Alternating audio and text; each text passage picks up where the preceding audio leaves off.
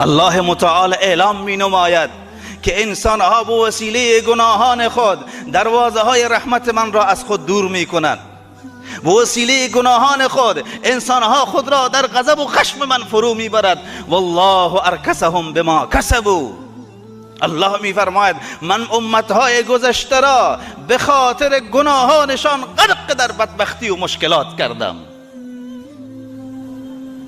ولو انهم آمنوا واتقوا لفتحنا علیهم برکات من السماء. اگر ایمان می داشتن و تقوا می داشتن ما دروازه های آسمان را، برکات از آسمان زمین را بر اونها باز می کردیم. لذا ترک گناه دومین مرحله مهم در اصلاح و خودسازی هست. امام شافعی رحمه الله می فرماد من نزد استاد خود وکی ابن جراح شکایت کردم از سوء حافظه خود که حافظه من خراب هست. شکوت الی وکیع سوء حفظی فاوصانی الی ترک المعاصی فان الحفظ فضل من الهی و فضل الله لا یعطى لعاصی. فرمودن که امام شافعی رحمه الله که من در نزد استاد خود وکی ابن جراح رحمه الله که یکی از محدثین بلند پایه در تاریخ اسلام بوده است و از شاگردان بالواسطه امام ابو حنیفه رحمه الله هستند، ایشان میفرماد امام شافعی میفرماد به استاد گفتم که حافظه من خراب هست. فرمودن که شما ترک گناه بکنید. فاوصانی الی ترک المعاصی. چرا؟ فان الحفظ فضل من الهی و فضل الله لا یعطى لعاصی. چون حافظه داری، حفظ، مغز خوب، استعداد بلند فضل الله است و فضل الله نصیب گناهکاران نمی شود. گناه را ترک بکن.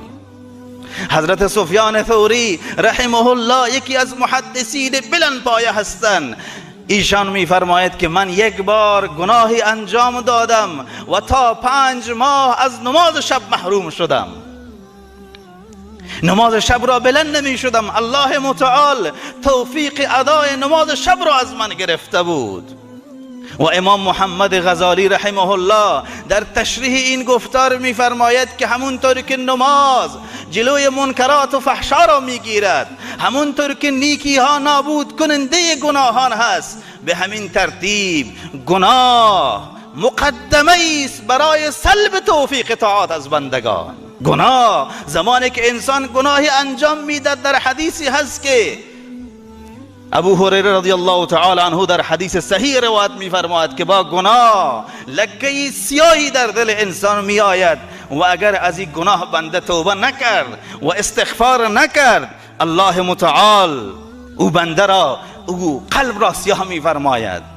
حضرت امام ابن رجب حنبلی رحمه الله می‌فرماید قلب‌های شما امت رسول الله پاک هست، قلب‌های شما مأمن و مأوای نور الهی هست، قلب‌های شما مأمن و مأوای رحمت و فضل الهی هست. اگر مرتکب گناه شدید، این قلب‌ها را با اشک‌های ندامت و با دعا شستشو بنمایید.